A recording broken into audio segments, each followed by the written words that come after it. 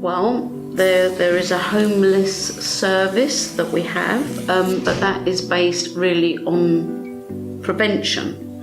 And the only way we can really prevent homelessness is if people make contact early in the proceedings.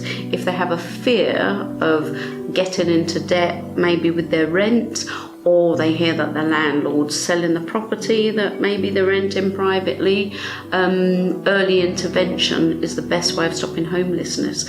And we have contact details during working hours and also in emergency outside working hours. We give advice and support, but I think that anybody that believes they're facing homelessness, their first contact should be their local councillor. Because if you involve your councillor, it's much easier to work with the homelessness team at the London Borough of Bromley.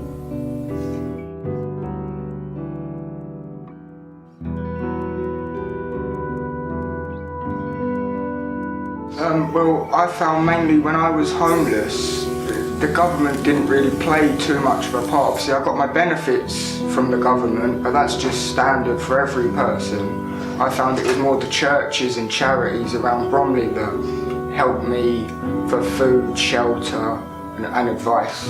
I know the Mayor talks about she'd like to help more, but it's all talk. I don't actually see anything happening.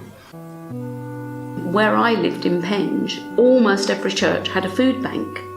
And one particular church looked after the holistic needs of these people: drug addiction, alcohol addiction, debt management, all of those sorts of things, mental health issues. So I decided to come local. We set that as a plan. I started collecting, because there are lots of, nowadays we have charity shop, but in those days there were second-hand shops and you could buy a pair of boots for, say, £1, you know. So we filled our estate car up with things. Friends had said, well, if you're taking clothes and blankets, you need to take sandwiches and fruit. We then moved on to that. And we did this for 3 months and just handing out things. And then at a church meeting I was at, we had a Salvation Army major telling us that his history was as an alcoholic in London. And he said that the worst thing is that people, for their own guilt, come and bring us food and clothes, but they don't stop to talk to us. You know, don't pass any time with us. So they're just really feeding their own guilt. Perhaps they could have just given me a bit more verbal support, like at least I could have felt like someone was there fighting in my corner. And they told me about the priority bands, and where I'm young, male, I'm not vulnerable, I'm not dangerous, I've got no mental health issues. It could have taken 4 to 5 years to house me, and well, that's just too long to be on the street, so I found housing elsewhere.